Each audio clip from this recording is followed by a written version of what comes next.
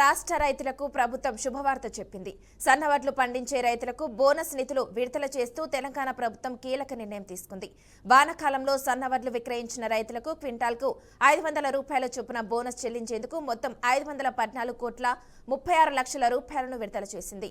ఈ బోనస్ ద్వారా రాష్ట్ర వ్యాప్తంగా 2,17,000 మంది రైతులకు లబ్ధి చేకూరనుంది.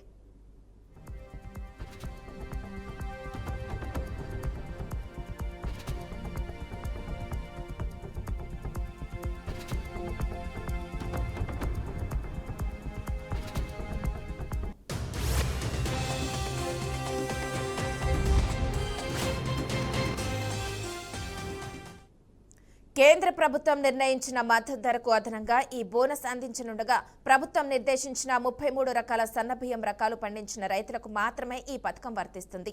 ధాన్యంలో తేమ శాతం, గింజ నాణ్యత ఆధారంగా అధికారులు బోనస్ ఖరారు చేయనున్నారు. గత కొంతకాలంగా బోనస్ చెల్లింపులో జాప్యంపై ఆందోళన వ్యక్తం చేసిన రైతులకు ఈ నిర్ణయం పెద్ద ఊరటనిచ్చింది. పెరిగిన పంట, పెట్టుబడుల మధ్య ఈ అదనపు సహాయం రైతులకు తోడ్పాటుగా నిలవనుంది.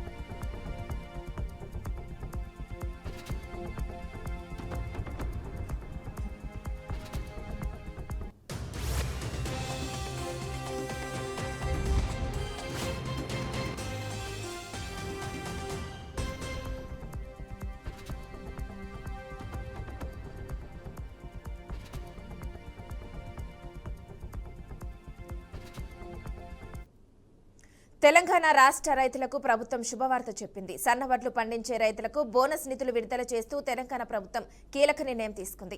వానాకాలంలో సన్నవడ్లు విక్రయించిన రైతులకు క్వింటాల్కు 500 రూపాయల చొప్పున బోనస్ చెల్లించేందుకు మొత్తం 514 కోట్ల 36 లక్షల రూపాయలను విడుదల చేసింది. ఈ బోనస్ ద్వారా రాష్ట్ర వ్యాప్తంగా 2,17,000 మంది రైతులకు లబ్ధి చేకూరనుంది. ఇక కేంద్ర ప్రభుత్వం నిర్ణయించిన మద్దతు ధరకు అదనంగా ఈ బోనస్ అందించనుండగా ప్రభుత్వం నిర్దేశించిన 33 రకాల సన్నబియ్యం రకాలు పండించిన రైతులకు మాత్రమే ఈ పథకం వర్తిస్తుంది. ధాన్యంలో తేమ శాతం, గింజ నాణ్యత ఆధారంగా అధికారులు బోనస్ ఖరారు చేయనున్నారు. గత కొంతకాలంగా బోనస్ చెల్లింపులో జాప్యంపై ఆందోళన వ్యక్తం చేసిన రైతులకు ఈ నిర్ణయం పెద్ద ఊరటనిచ్చింది. పెరిగిన పంట, పెట్టుబడుల మధ్య ఈ అదనపు సహాయం రైతులకు తోడ్పాటుగా నిలవనుంది.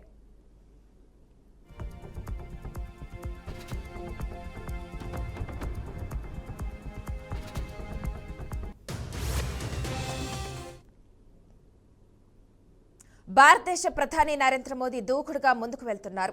భారతదేశ ఆర్థిక వ్యవస్థ, దేశ భద్రతను పెంపొందించేలా అడుగులు వేస్తున్నారు. దీనికోసం కలిసి వచ్చే అన్ని దేశాలతో ఒప్పందాలు కుదుర్చుకుంటున్నారు ప్రధాని నరేంద్ర మోదీ. ఇక ఇందులో భాగంగానే వరుసగా విదేశీ పర్యటనలు కూడా చేస్తున్నారు. ఇండియాకు ఏది కావాలో దానిని అందించే ప్రయత్నం చేస్తున్నాను అన్నాడు ఇక ప్రధాని నరేంద్ర మోదీ. భారత ప్రధాని మరో విదేశీ పర్యటనకు సిద్ధమయ్యారు. ఈ నెలలో ఇజ్రాయెల్లో ప్రధాని నరేంద్ర మోదీ పర్యటించబోతున్నారు. ఫిబ్రవరి 25, 26 తేదీలలో ఇజ్రాయెల్ దేశంలో పర్యటిస్తారు. ఈ మేరకు షెడ్యూల్ కూడా ఖరారైంది. ఈ పర్యటన నేపథ్యంలో డిఫెన్స్ రంగంలో సహకారం, ఉగ్రవాద వ్యతిరేకత పోరాటంపై ఇజ్రాయెల్ ప్రధాని బెంజమిన్ నెతన్యాహుతో ప్రధాని మోదీ చర్చిస్తారట. అలాగే వ్యవసాయ ఆవిష్కరణలపై కూడా ఇద్దరి మధ్య చర్చ జరగనుందని సమాచారం.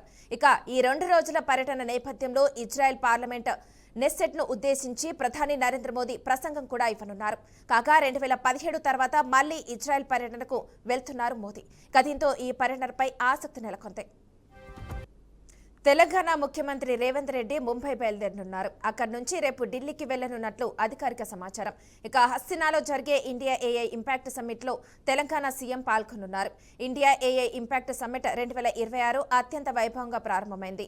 ప్రధానమంత్రి నరేంద్ర మోదీ ఈ శిఖరాగ్ర సదస్సును ప్రారంభిస్తూ ఆర్టిఫిషియల్ ఇంటెలిజెన్స్ అనేది కేవలం సాంకేతికత మాత్రమే కాదని, అది సామాజిక మార్పుకు మరియు గ్లోబల్ సౌత్ దేశాల సాధికారతకు ఒక గొప్ప సాధనమని చెప్పుకొచ్చారు.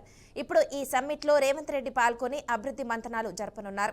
అలాగే సమావేశం అనంతరం కాంగ్రెస్ పార్టీ పెద్దలతో రాష్ట్రంలోని తాజా పరిస్థితులు, ఎన్నికలతో సహా పలు కీలక అంశాలను చర్చించనున్నారు. తెలంగాణ ముఖ్యమంత్రి రేవంత్ రెడ్డి ముంబై బయలుదేరనున్నారు. అక్కడి నుంచి రేపు ఢిల్లీకి వెళ్లనున్నట్లు అధికారిక సమాచారం. ఇక ఆస్తినాలో జరిగే ఇండియా ఏఐ ఇంపాక్ట్ సమ్మిట్ లో తెలంగాణ సీఎం పాల్గొనున్నారు.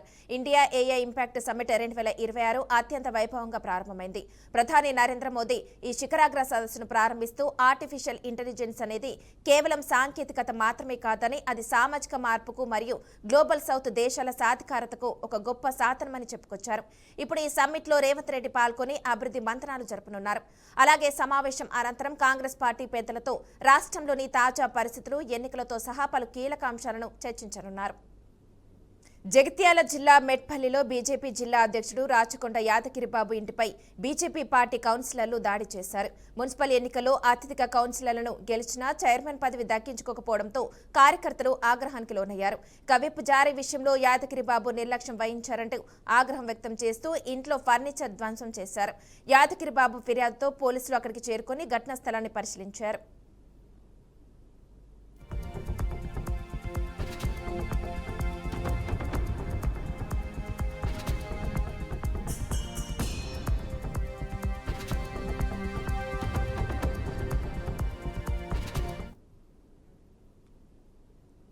హైదరాబాద్లో గోల్డ్ చోరీ కేసును 24 గంటల వ్యవధిలోనే పంజాగుట్ట పోలీసులు ఛేదించారు. ఈ నెల 15న పంజాగుట్ట పోలీస్ స్టేషన్ పరిధిలోని జయలుకాస్ షోరూంలో కిలో బంగారు బిస్కెట్లు చోరీ విషయం పోలీసుల దృష్టికి వచ్చింది. పంజాగుట్ట డీసీపీ శిల్పవల్లి ఆదేశాలతో ఏసీపీ మురళీకృష్ణ ఆధ్వర్యంలో HO Ramakrishna, detective inspector Nagaraju ప్రత్యేక బృందాలను ఏర్పరిచి గాలింపు చర్యలు చేపట్టారు. సాంకేతిక ఆధారాలు, సీసీటీవీ ఫుటేజ్ ఆధారంగా నిందితుడు కారంపొడి గోపాలకృష్ణను పట్టుకున్నారు. బంగారం షాపులో గత కొంతకాలంగా గోపాలకృష్ణ సేల్స్ మ్యాన్ గా విధులు నిర్వహిస్తున్నాడు. అతని వద్ద నుంచి కిలో బంగారు బిస్కెట్లను స్వాధీనం చేసుకున్నారు.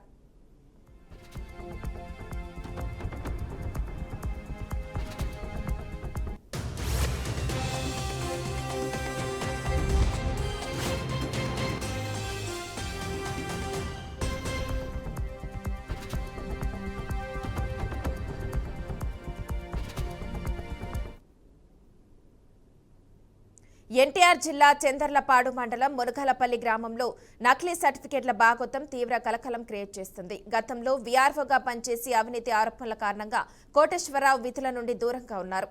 అయితే వీఆర్ఓనంటూ పొజిషన్ సర్టిఫికెట్ల పేరిట వేల రూపాయలు వసూలు చేస్తూ నకిలీ సర్టిఫికెట్లు జారీ చేస్తున్నారు.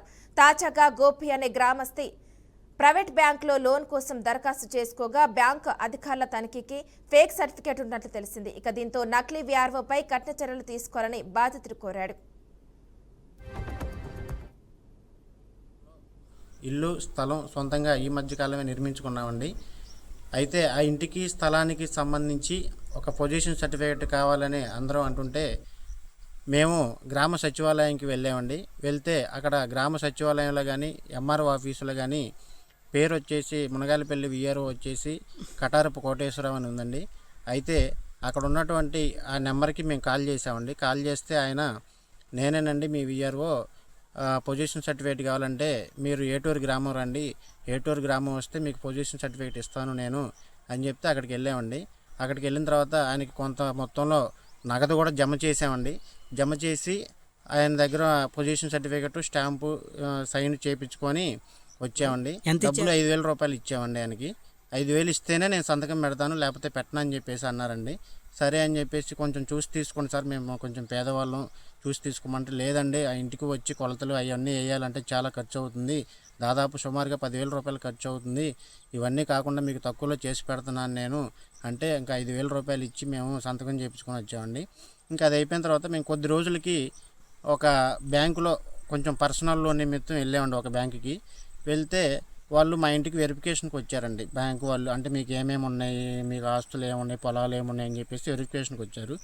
మేము ఈ మధ్యకాలం ఇంటికి పొజిషన్ సర్టిఫికేట్ కూడా తీసుకున్నాం కాబట్టి అది బ్యాంకు వాళ్ళకి చూపించామండి, మాకు ఇల్లు ఉందని చెప్పేసి చెప్తే వాళ్ళు ఆ వెరిఫికేషన్ నిమిత్తం గ్రామ సచివాలయం 2కి ముప్పాళ్ళు వెళ్ళారండి. వెళ్తే అక్కడ వీఆర్ఓ ఈయన కాదని నిర్ధారణ అయిందండి. ఎందుకు అయింది అంటే తెలియదండి, ఆయన విధుల్లో లేరు అని చెప్పేసి వాళ్ళకి చెప్పారంట. చెప్తే వాళ్ళు బ్యాంకు వాళ్ళు వెంటనే నాకు ఫోన్ చేశారు. ఫోన్ చేస్తే ఇట్లా జరిగింది, మీకు ఉన్న పొజిషన్ సర్టిఫికేట్ ఫేక్ అని చెప్పేసి చెప్తే నేను వెంటనే షాక్కు గురయ్యానండి. గురయ్యి కటారపు కోటేశ్వర గారికి ఫోన్ చేస్తే ఫోన్ స్విచ్ ఆఫ్లో ఉందండి, ఆయన ఫోన్ అందుబాటులో లేదు. ఎప్పుడన్నా ఫోన్ చేస్తే ఆయన కొంచెం ఇదిగా కరీంనగర్ జిల్లాలో బీజేపీ గెలుపుతో ప్రజాస్వామ్యం గెలిచిందని కేంద్ర మంత్రి బండి సంజయ్ అన్నారు. కాషాయ జెండా కార్పొరేషన్పై ఎగిరేయాలన్న కల నెరవేరేందుకు ఎన్నో ఏళ్లుగా ఎదురు చేశామని బండి సంజయ్ తెలిపారు. క్రికెట్ మ్యాచ్లో పక్కా దేశంతో తలపడి ఉన్న భారత్ గెలిచిందని, కరీంనగర్ ప్రత్యర్థి పార్టీలతో కబడ్డీ ఆడి మేయర్ కప్ను బీజేపీ గెలుచుకుందని బండి సంజయ్ స్పష్టం చేశారు. అనేక కుట్రలు కుతంత్రాలను తట్టుకొని కరీంనగర్ గడ్డపై కాషాయ జెండా ఎగిరేశామన్నారు.